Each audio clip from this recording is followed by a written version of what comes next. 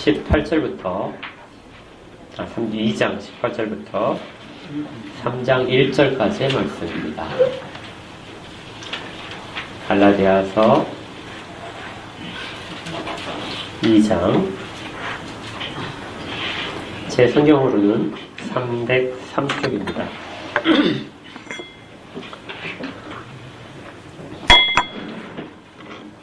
다 찾으셨으면 우리 한 목소리로 같이 읽으며 하나님의 말씀을 받겠습니다. 시작.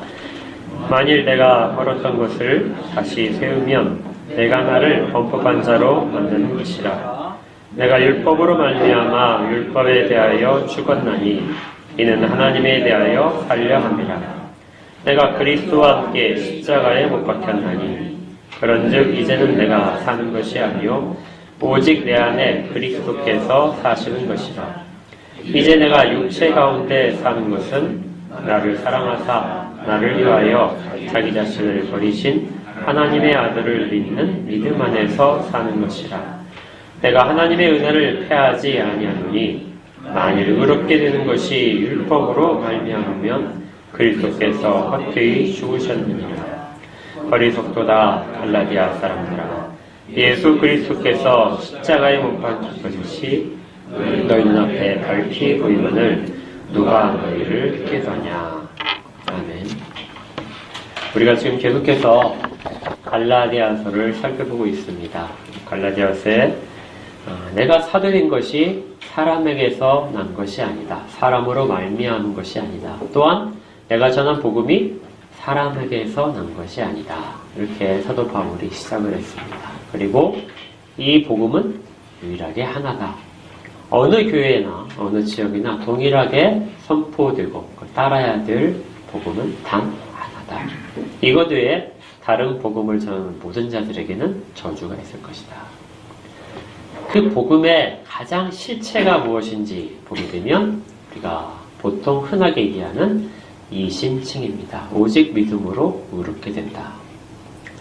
2장 16절에 있는 내용이죠. 사람이 의롭게 되는 것은 율법으로의 행위로 말미암이 아니요 오직 예수 그리스도를 믿음으로 말미암는다. 언제나 늘 우리가 기억해야 되고 되새겨야 될 내용입니다. 이것을 어떤 분들은 교리로 분류를 하기도 하는데 절대 교리가 아닙니다. 교리는 다양성을 가질 수 있어요. 조금씩 다르더라도 허용이 되는 부분이 있는데 이것은 진리에 대한 내용입니다. 이것들은 한 구절, 한 단어 하나까지 모두가 다 절대 변개는 안 되는, 이 밖으로 벗어나면 기독교가 아닌 중요한 진리인 것이죠. 우리만이 그렇게 인정해야 될 것이 아니라 온 창조 세계가, 피조물들 중에서 특별히 모든 사람들은 이것을 다 같이 인정을 해야 됩니다. 교회 역사는 이것을 지키기 위해서 수많은 피를 흘렸습니다. 묘하죠. 이 한 구절을 지키기 위해서, 이 내용을 순전하게 가지기 위해서 수많은 사람들이 피를 흘리면서 지켰던 것이 이 진리였던 것이죠. 우리가 잘 아는 이 내용들을 아이들도 압니다. 여러분들도 어렸을 때 교회 학교에서 이 노래를 부르신 적이 있어요. 이신칭이 노래로 다 배우셨죠? 생소한가요? 예. 어떤 노래죠? 아, 맞습니다. 예. 오늘 우리가 그 거리인지 한번 불러볼 거예요.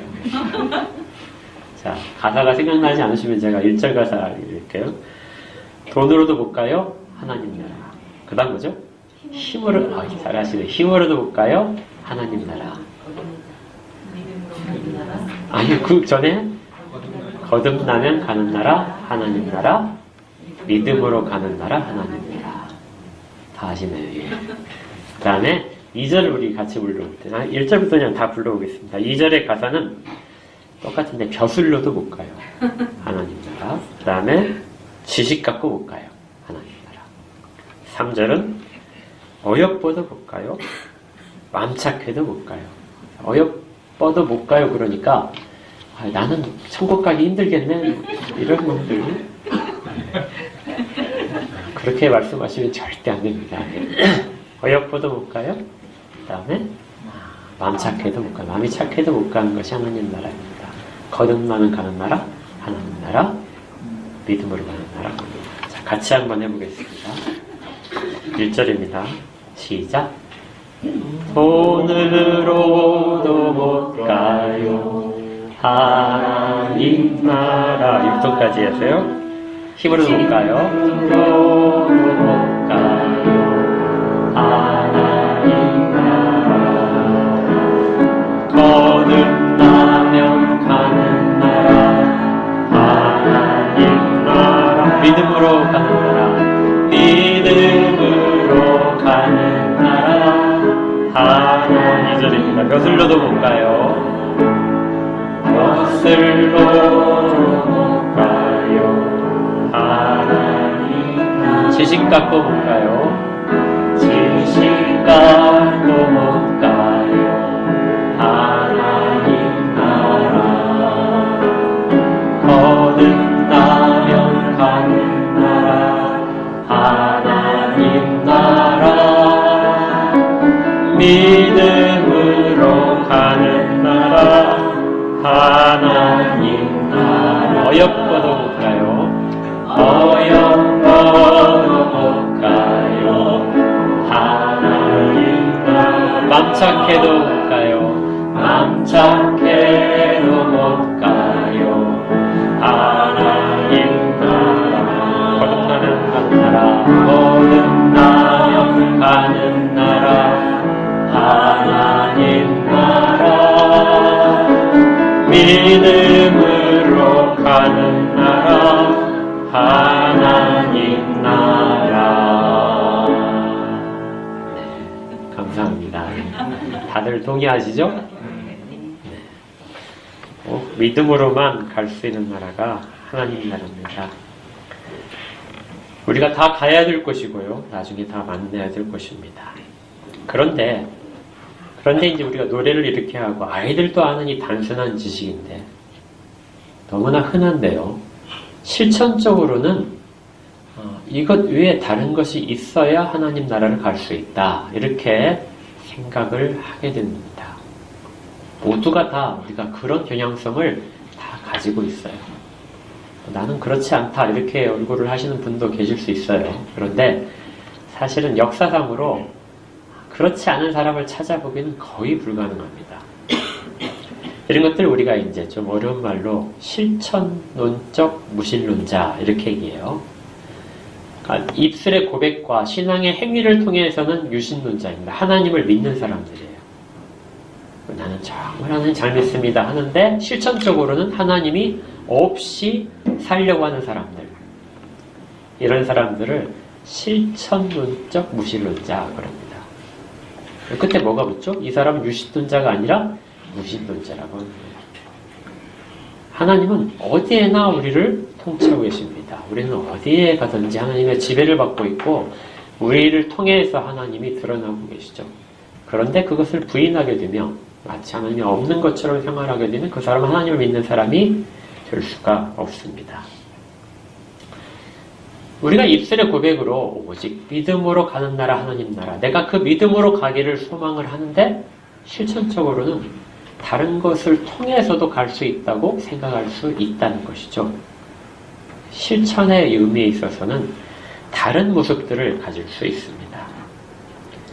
그리고 이런 거죠. 우리가 노래를 불렀지만 돈이 더 있으면, 내가 좀 더 예쁘면, 벼슬이 더 높으면, 힘이 더 세면, 지식이 더 많아지면 하나님 나라를 더 수월하게 갈 수 있는 것처럼, 하나님 나라에 한 발자국 더 가까이 있는 것처럼 그렇게 생각하기 쉽다는 겁니다. 이건 성경의 기록에 따르면 수많은 사람들이 이런 오류를 범하고 있어요. 제가 몇 군데를 한번 같이 여러분과 살펴보고 싶습니다. 요한복음 1장 46절에 예수님이 처음 사역을 시작하셨을 때 빌립이 자기 친구에게 전도를 하러 갔습니다. 나다나엘에게 가서 내가 메시아를 봤다. 와서 나랑 같이 가자. 이렇게 이제 이야기를 하니까 나다나엘이 이렇게 이야기했습니다. 나사렛에서 무슨 선한 것이 나겠느냐? 나사렛에서 무슨 선한 것이 날 수 있느냐?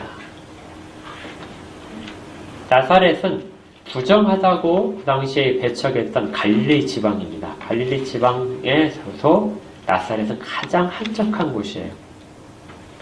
그런 곳에서 무슨 메시아가 나겠느냐, 무슨 모세가 약속했던 그런 선지자가 나겠느냐, 어떤 큰 인물, 이스라엘을 이끌 인물이 그런 곳에서 어떻게 나겠느냐. 나다나엘은 매우 우로운 사람이었습니다. 그는 율법에 대해서 매우 정통했던 사람이고, 그런데 그의 입술에서 나사렛에서는 절대 선한 인물이 나올 수 없다. 우리를 이끌 구세주는 나올 수 없는 곳이다는 거죠. 당시의 사람들은 메시아가 오시면 예루살렘에서 오셔야 된다고 생각했습니다. 그리고 적어도 아주 유능한 가문에서 와야 된다. 이 정도는 생각을 했겠죠. 하지만 주님은 그곳에서 온 것이 아니라 나사렛 출신이었습니다. 우리 흔한 말로는 개천에서 용이 날 수 없는 거죠. 구원도 그런 곳에서는 날 수 없다고 생각을 했습니다. 예수님이 이 땅에 오실 때 동방목사들이 예수님에게 경배하기 위해서 찾아왔는데 아주 먼 길을 찾아왔습니다. 한 5개월 정도 걸어왔던 곳으로 추정이 되는데요. 그 사람들이 먼 곳에서 찾아와서는 예루살렘에 와서 예루살렘으로 찾아왔어요. 그리고 나서 온 곳이 헤롯의 왕궁입니다. 이스라엘을 다스릴 자가 왕궁에서 날 거라고 생각을 했겠죠. 다른 것보다는 왕궁이 가장 가능성이 높습니다. 왜요? 더 권세가 있으니까요. 그러자 서기관들이 예루살렘 중에서도 베들레헴이다 하고 성경을 해석해서 들려줍니다. 그런데 그곳에 있던 유능한 사람들, 지도자들은 아무도 그리스도를 경배하러 가지 않았습니다. 그리스도께서 메시아가 이 땅 가운데 천국을 가져오시는 분이라면 그 천국을 맞이하기 위해서 당연히 가야 되는데요. 아무도 그곳에 가지 않은 거죠. 상징적으로 그들은 천국에 다가갈 수 없었던 사람입니다. 천국은 예루살렘에도 있지 않고 왕궁에도 있지 않았습니다. 성전에도 있지 않았어요. 우리 성탄 기념 설교에서 제가 설명을 해드렸는데 누가복음 2장에서 예수님께서 오신 곳은 마구간이었습니다. 구유에 놓인 아이를 볼 것인데 그것이 바로 이 모든 계시들이 성취된 것이다. 마구간은 가장 부정한 곳입니다. 목자들과 가난한 사람들은 율법으로부터 가장 먼 사람이고요. 가장 거룩한다 이렇게 하는 곳에는 절대 들어가지 못하는 사람들입니다. 그런데 그들 가운데 천국이 들어온 곳이죠. 우리도 그런 생각을 가질지 모릅니다. 주님은 가장 거룩한 곳에, 가장 높은 곳에 계셔야 된다. 천국은 그런 곳으로 가야 들어갈 수 있는 것이다. 그래서 우리가 높은 사람이 되고 부자가 되고 영향력 있는 사람이 될수록 하나님의 영광을 더 드러낸다고 하는 그 모든 것들은 우리의 착각일 수 있습니다.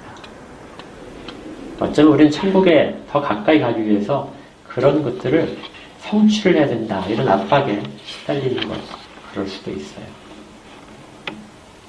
주님은 그런데 그곳으로 천국을 가져오시지 않았습니다.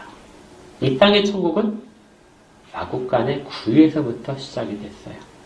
그리고 그곳에서부터 점차적으로 퍼져나갔던 것이죠.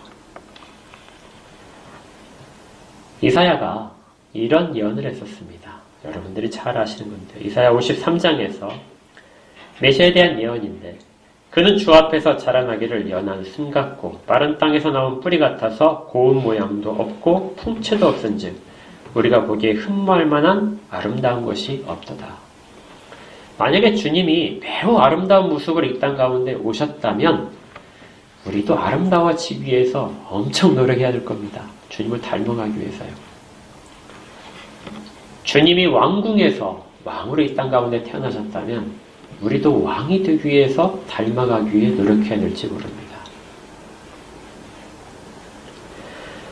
계속해서 이사야는 그는 멸시를 받아 사람들에게 버림받았으며 간고를 많이 겪었으며 질고를 하는 자라 마치 사람들이 그에게서 얼굴을 가리는 것 같이 멸시를 당하였고 우리도 그를 귀히 여기지 아니하였도다.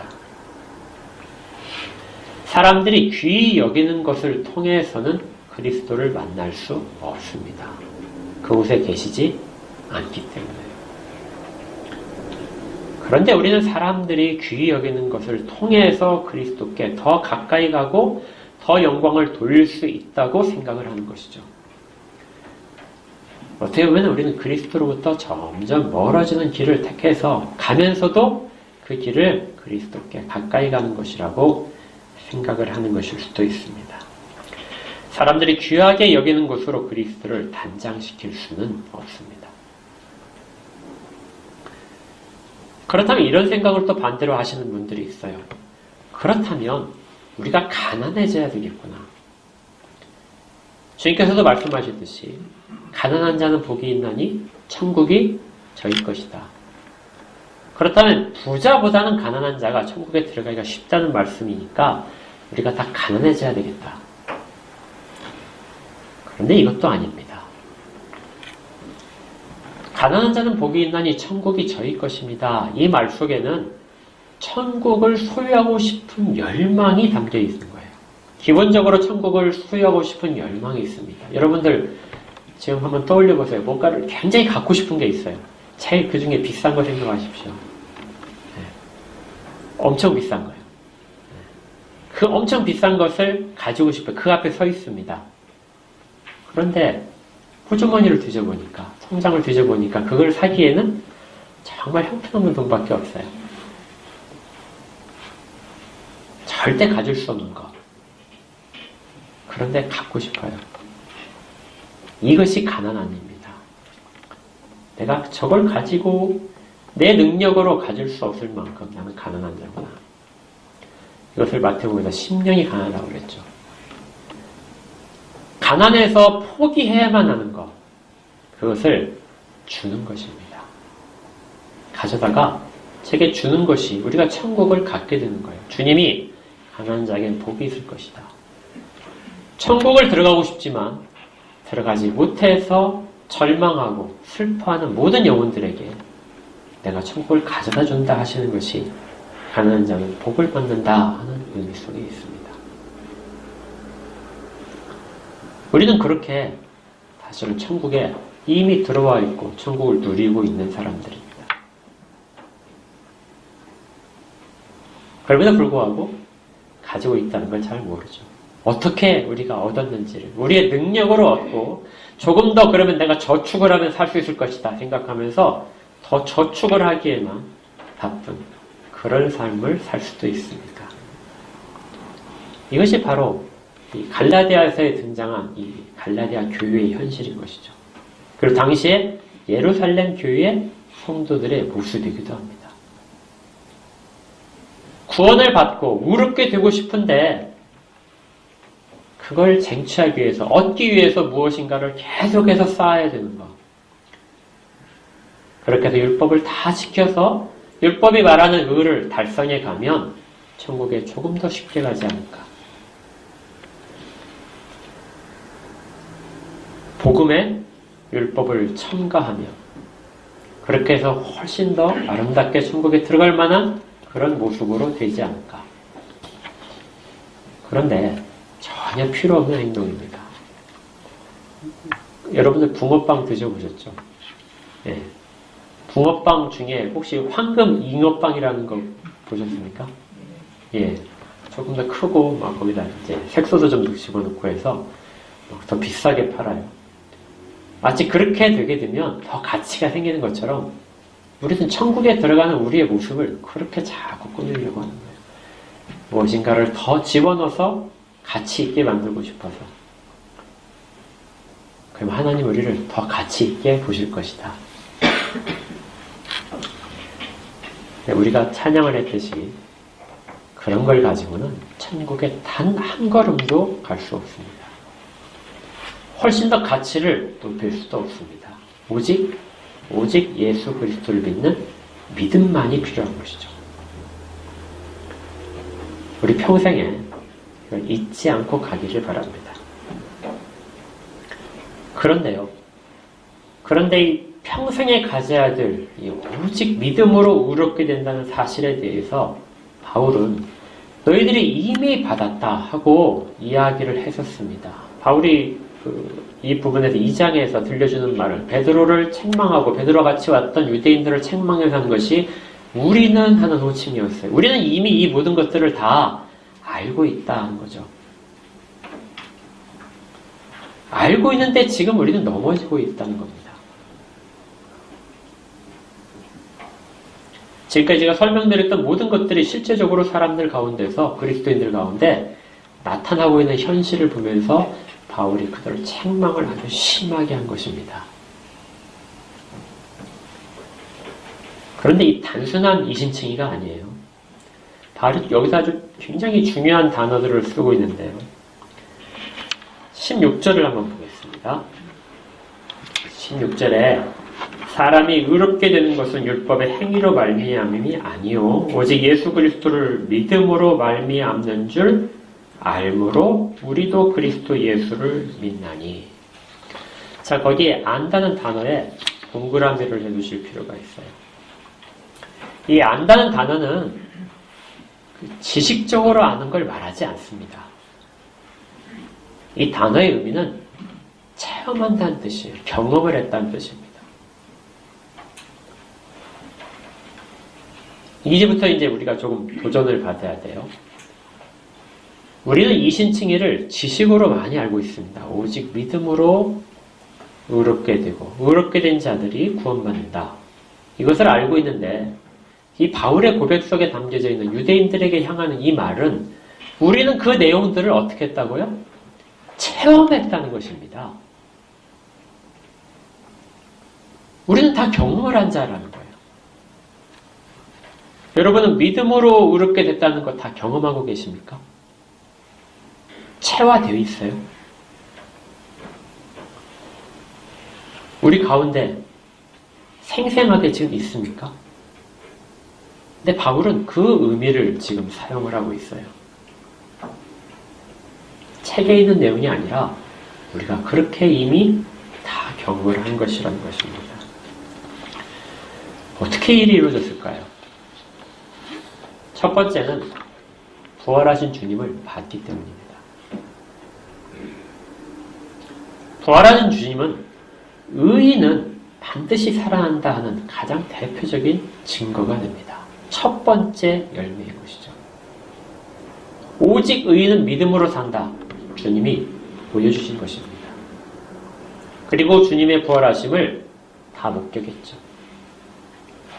십자가상에서 주님이 달려 돌아가실 때 십자가상에는 주님만 있던 것이 아닙니다. 좌우편에 행악자들, 다른 성경에 보게 되면 강도라고 한 사람 둘이 좌우편에 한 사람씩 있었습니다.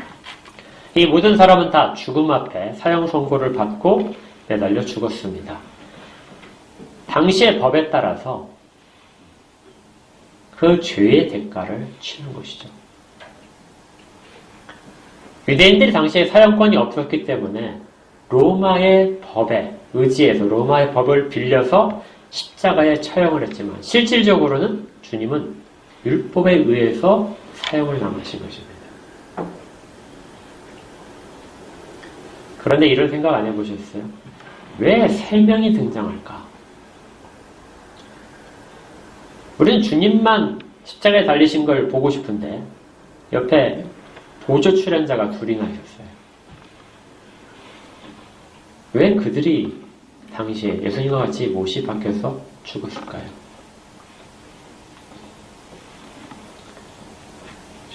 죽음은 모든 사람들이 겪어야 되는 율법의 선포입니다. 율법의 최고의 형벌은 죽음이에요. 그리고 그 죽음 앞에서 우리 모두도 다 사망을 향해서 육신을 가지고 가는 것이죠. 믿는 사람이나 믿지 않는 사람이나 모두가 다 그곳을 향해서 갑니다. 그런데 죽음을 향해서 가는 것이 끝인 사람이 있고 그것으로부터 시작인 사람이 나누어지는 것입니다. 십자가상에서 그 일이 발생하는 거예요. 한편에 있던 강도가 주님을 의지하게 됩니다. 누가복음 23장에서 그 사람이 이렇게 이야기를 주님께 요청을 했어요. 이르되 예수여 당신의 나라에 임하실 때 나를 기억하소서. 당신의 나라가 임할 때 천국이죠. 천국에 임할 때, 천국에 들어가게 될 때 그때 나를 기억해 주십시오. 내가 그 자리에 있기를 소망합니다. 예수께서 이르시되 내가 진실로 진실로 내게 이르노니 오늘 네가 나와 함께 낙원에 있으리라. 한 사람은 십자가에서 새로운 것으로 시작합니다. 그런데 자기 힘으로 들어간 것이 아니라 주님이 그를 데리고 가신 것이죠. 낙원에 있다는 것보다 더 중요한 단어는 나와 함께입니다. 나와 함께, 네가 나와 함께 낙원에 있을 것이다. 그가 한 것이 무엇인가요? 이 약속을 들은 그 사람이 한 것은 아무것도 없습니다. 그는 율법에 따라서 죄인이고 죽음 순간을 맞이하고 있죠. 그런데 그는 믿은 것입니다. 당시에 나라가 임할 텐데 그 속에 내가 있게 해주십시오. 이것 외에 그가 한 것은 아무것도 없습니다. 그래서 어떤 사람들도 그렇게 이야기해요. 야, 이 세상에서 가장 행복했던 사람은 이 강도다. 자기 평생에 마음껏 하고 마지막에 잠깐 반짝 믿음을 보이고 그걸로 구원을 받았으니 얼마나 이 사람이 복받은 사람인가. 그렇죠? 그런데 생각해 보십시오. 그가 받는 복은 주님과 함께 있는 것입니다. 그는 주님 없이 살다가 마지막에 주님과 함께 되는 복을 받았어요. 그런데 다른 사람들은 어떻습니까? 이미 주님과 함께 있었어요.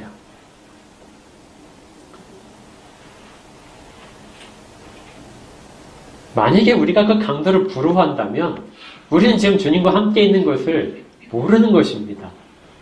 나는 주님과 같이 살고 있지 않기 때문에 죽는 순간에 주님과 함께 있는 곳으로 내가 가고 싶다. 이건 우리의 신앙이 아니잖아요. 지금 이미 살고 있는 사람들이 나중에 늦게 들어온 사람, 허겁지겁 들어온 사람을 야, 쟤 정말 부럽다. 그럼 우리는 지금 고생하고 있는 겁니까? 주님과 같이 있는데, 천국에 이미 들어와 있는데,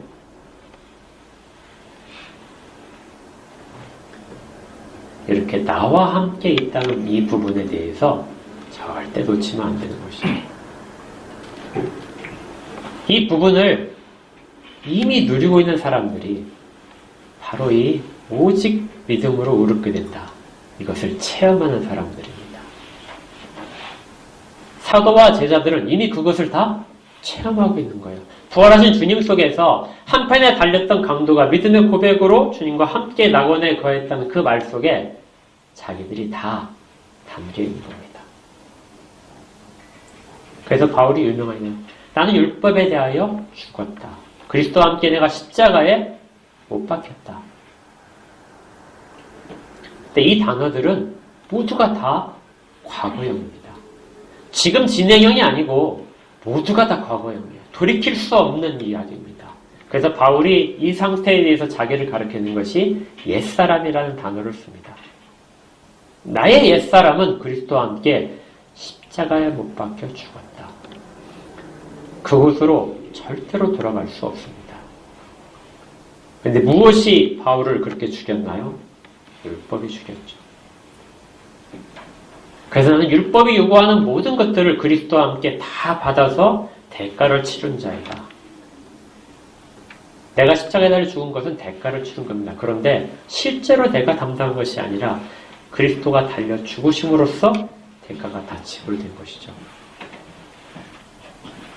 그래서 내가 율법에 대하여 죽은 자이다. 이렇게 말을 하는 것입니다. 그런데 그 죽음의 순간에 십자가에서 바울은 살아난 것이죠. 내가 그리스도와 함께 십자가에 못 박히고 나서 내 안에, 그리스도 안에 내가 사는 것입니다.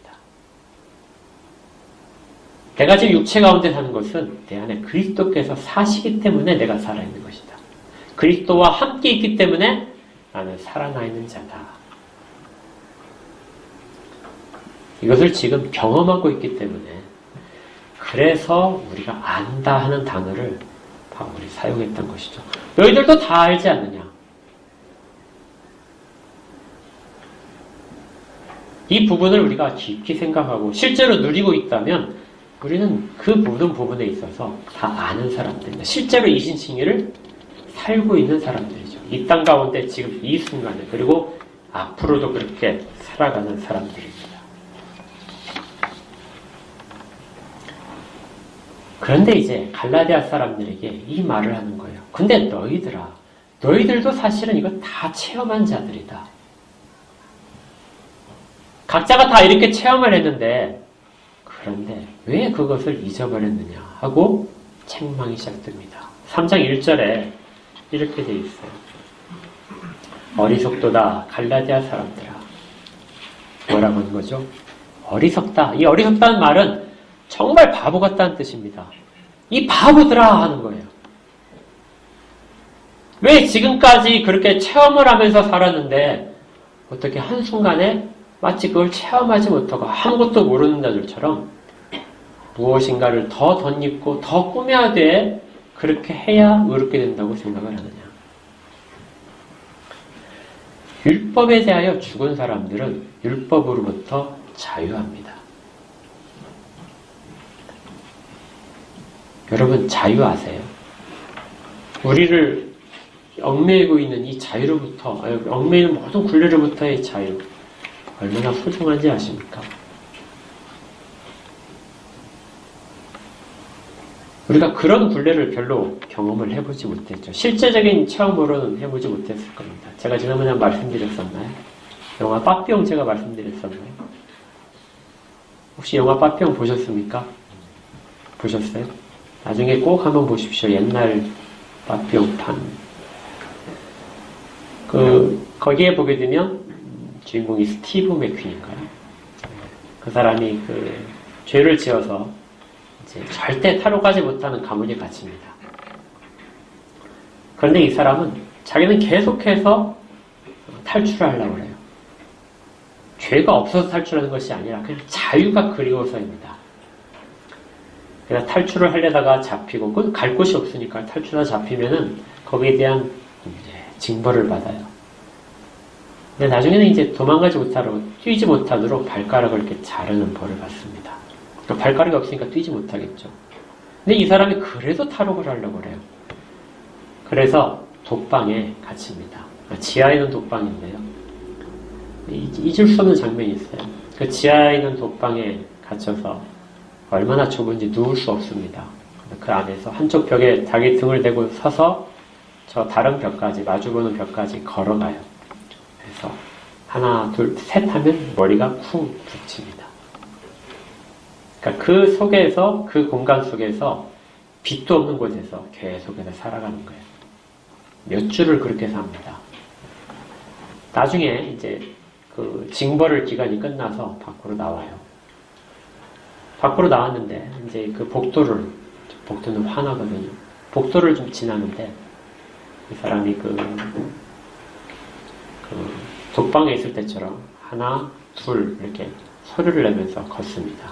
하나, 둘, 세 번째 발걸음을 딱 떼는 순간 부딪히지 않잖아요. 세 번째 하나, 둘, 셋 하고 나서 그때 눈물을 쭉 흘립니다. 3이라는 하나, 둘, 셋을 넘어설 수 있는 자유. 그걸 그때 누리는 거죠. 그리고 결국 탈출을 합니다.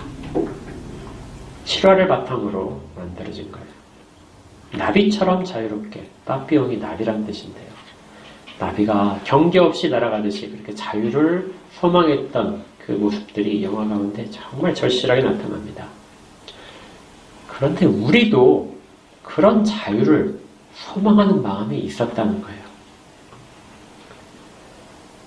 우리를 누르고 있는 모든 것들, 여기에서는 갈라디아 사람들에게는 율법을 주 대상으로 하지만 실제로 우리를 누르고 있는 것들은 율법만이 아니라 모든 아까 노래했던 힘, 힘을 추구하는 그 우리의 어떤 제한적인 요소들, 지식을 추구해야만 조금 더 될 수 있다 하고 우리가 그렇게 간절히 지식을 쌓기를 바라는 것들, 조금 더 높은 지위에 있으면 될 거다, 지위를 갈망하는 것들, 이 모든 것들이 다 사실은 감옥이었다는 겁니다. 그 감옥 사이에 갇히면서도 실제 감옥인지 모르죠. 우리는 수없이 몇 걸음 걸으면서 부딪히고 상처받는데 그것을 당연하다고 생각하면서 그걸 넘는 것을 계속해서 추구하는 그것만이 진정한 자유라고 생각을 했던 것이죠.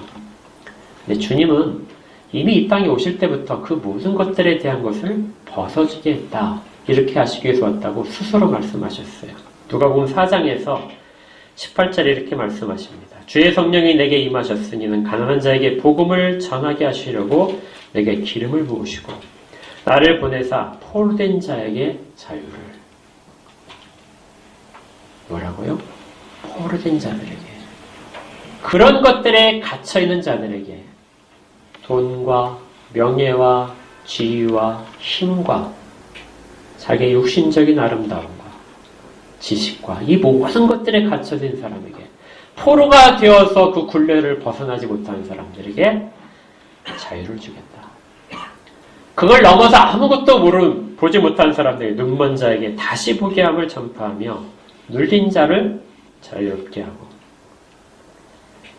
요한복음에서는 진리를 알지니 진리가 너희를 자유롭게 할 것이다. 요한 8장 36절에 그러므로 아들이 너희를 자유롭게 하면 너희가 참으로 자유로울 것이다. 주님이 이것들을 우리에게 가져다 주셨다는 겁니다. 믿음으로 의롭게 된 사람들은 실질적으로는 율법에 대해서 죽고 우리를 가로막고 있던 모든 굴레, 포로되게 하는 모든 것들로부터 자유함을 얻은 자들이고요. 그 자유함을 누린 자들이 천국에 있는 것들을 체험하면서 기뻐하면서 살고 있는 것이죠. 만약에 우리에게 기쁨이 없다면, 천국 가운데 살고 있다는 기쁨이 없다면 돌아가 봅시다. 그러면 우리는 의인이 됐다는 확신이 없는 거죠. 그리고 믿음으로 구원받았다는 중요한 진리에 대한 것을 체험하지 못하고 있는 것입니다. 일들이 우리 가운데 이미 일어났기 때문에 바울 사도는 3장 1절에서 너희가 십자가가 밝히 보인다. 그리스도의 십자가 사건은 이미 일어난 사건이고 너희에게도 이미 다 적용된 사건이다. 단 일회성입니다. 한 번의 것으로 모두가 다 완료된 사건이에요. 그런데 다시 돌아가는 일들을 하는 것들은 정말 어리석은 것이죠.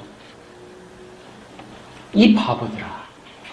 막 제가 목소리 높여야 되는데 막 깜짝 놀라실까봐. 네. 이 바보들아 하고 막 진짜 소리 질러서 외치고 싶었을 거예요. 그걸 위해서 목숨까지도 내놓을 수 있는 사람들이기 때문에 너무나 답답한 마음을 그렇게 표현할 겁니다. 십자가 사건은 과거의 사건인데 그 다음에 나오는 또 다른 단어는 현재입니다. 그리스도께서 십자가에 못 박히신 것이 이건 과거형이에요. 이것이 너희 눈앞에 어떻게 돼 있다고요? 밝히 보이고 있다. 눈앞에 보인다 하는 그 말을 거기에 하나 더 덧붙여서 강조로 씁니다. 중복되는 것이 밝히 보이고 있다. 생생하게 보이고 있지 않느냐. 어디에요? 눈앞에. 눈앞에 생생하게 너희들이 지금 십자가에 달려 죽었다는 거, 너희 죽음을, 십자가에 달려있는 죽음, 너희의 모습을 너희가 지금 보고 있지 않느냐. 그래서 그냥 달려있는 것이 지금 너희들 앞에 있다. 그 정도로 생생한 경험을 했는데 어떻게 해서 돌아갈 수 있느냐. 누가 너희를 꾀게 했느냐. 여기서 재밌는 것이 누가 너희를 꾀게 했느냐. 여기서 이 말은 갈라디아 사람들을 유혹하는 거짓 선생들을 가리키는 말처럼 보이지만 여기에 단수를 사용합니다. 누가라는 말이 단수예요. 어떤 한 존재가 너희들을 꾀다냐. 그래서 어떤 주석에서는 이것은 사탄이다. 이렇게 해석하기도 합니다. 거짓 선생들을 통해서 복음을 변개시키는 것은 사탄이 하려는 일이다. 사탄은 언제나 복음을 변질시키려고 합니다. 완전히 없애는 것이 아니라 변질시키면 되거든요.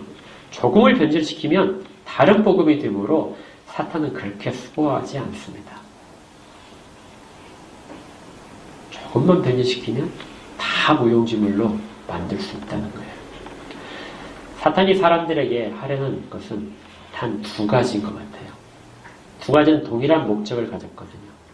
첫 번째는 것은 너는 하나님처럼 될 수 있어. 너는 정말 귀중하고 소중한 존재야. 너는 위대한 존재야. 하나님처럼 다 할 수 있어. 선악을 판단한 일도 네가 할 수 있어. 하나님이 기적으로 베푸는 것도 네가 다 할 수 있는 거야. 아담과 하와를 끼웠듯이 그렇게 사람들의 위대성을 드러내게 됩니다. 또 하나는 완전히 다른 방식인데요. 너는 해도 안 돼. 너는 절대 의로운 자가 될 수가 없어. 봐봐, 너의 모습을 봐봐. 너는 얼마나 더러운지 네가 자신이 알잖아. 그런 모습으로 주 앞에 설 수 있겠니? 아니야. 주님은 너를 절대 보지 않아. 너는 정말 하찮은 존재야. 그 속에서 사람들이 넘어지는 겁니다. 나는 주 앞에 겸손한 자는 것까지는 잘 서요. 그런데 너는 이미 의롭게 된 자야 하는 말에서는 들어오지 않는 거죠. 겸손이 지나쳐서 나는 정말 비참한 존재야. 나는 정말 보잘것없는 존재야. 나는 벌레만도 못해. 여기에서 한 걸음도 나가지 못하고 점점 뒤로 후퇴하고 폐쇄적으로 바뀌게 됩니다. 이게 지금 갈라디아 사람들의 모습이라고요. 그렇게 생각하지 마. 너희 눈앞에 지금 네가 달려서 그리스도와 함께 죽어있는 모습이 보이잖아. 너의 비참한 모습은 이미 지나갔어. 그리스도가 다 가져가셨어. 너는 그리스도와 함께 살아간 존재야. 너는 진정으로 자유한 존재야. 우리가 그렇게 되어 있습니다. 우리가 다른 사람에게 이것을 보여줘야 하는 것이죠. 그러기 위해서는 우리가 이것을 실제 살고 있어야 됩니다. 믿음으로 의롭게 된 자로, 이것을 우리가 단지 지식으로 아는 것이 아니라 살고 있는 사람들, 그렇게 자유롭게. 여기까지 하니까 또 걱정이 되는 것이, 자유를 하니까 내 마음대로 해도 되는구나. 갈라디아서 뒤쪽에 가서 이 부분에 대한 제한 조건이 그때 나와요. 우리는 자유입니다. 진정한 자유자들. 그리스도께서 우리를 자유롭게 하셨습니다. 이 의미를 잘 기억하십시오. 우리는 믿음으로, 예수 그리스도를 믿는 믿음으로 말미암아 의롭게 되어 있고요. 이미 자유한 자이고, 우리의 모습은 우리 눈앞에 이미 죽은 옛사람이 십자가에 달려 예수 그리스도와 함께 달려 있습니다. 그리고 그곳에서 우리는 새롭게 시작한 존재들이죠. 이 부분을 꼭 붙드십시오. 그리고 늘 시간 나실 때 돈 갖고도 못 가요. 돈으로도 못 가요. 한번 조용히 찬양해 보십시오. 제가 속으로 조용히 하다가 굉장히 큰 은혜를 받았어요. 정말 필요한 것들은 우리가 이미 다 알고 있구나. 복잡한 거 없이도 충분히 다 담아내고 있구나. 이미 가지고 있습니다. 발견하십시오. 사탄의 꾀임에 넘어가지 마십시오. 그렇게 되기를 주의 이름으로 축복합니다. 함께 기도하겠습니다. 하나님의 은혜가 참 크십니다. 저희들이 무엇인가를 더 해야 된다고 그렇게 잘못 판단할 때에도 하나님은 저희 가운데 채찍으로, 책망으로, 큰 두려움 섞인 음성으로 경고하시며 어리석다 하시며 돌아오기를 선포하십니다. 저희들이 믿음으로만 의롭게 된다는 걸 잘 알면서도 저희 행위와 더 많이 가지고 더 많이 바치는 것으로 천국에 가까이 갈 수 있다고 생각한 모든 것들을 회개합니다. 하나님 돌이켜 주시옵소서. 그리고 늘 저희들 눈앞에 생생하게 저희가 그리스도와 함께 십자가에 못 박혀 이미 죽어있는 그 모습을 잊지 않도록 하옵소서. 그리고 살아있는 자로서 그리스도와 함께 이 땅을 잘 살아가도록 그렇게 계속해서 보여주시고 인도하여 주옵소서. 예수님 이름으로 기도합니다. 아멘.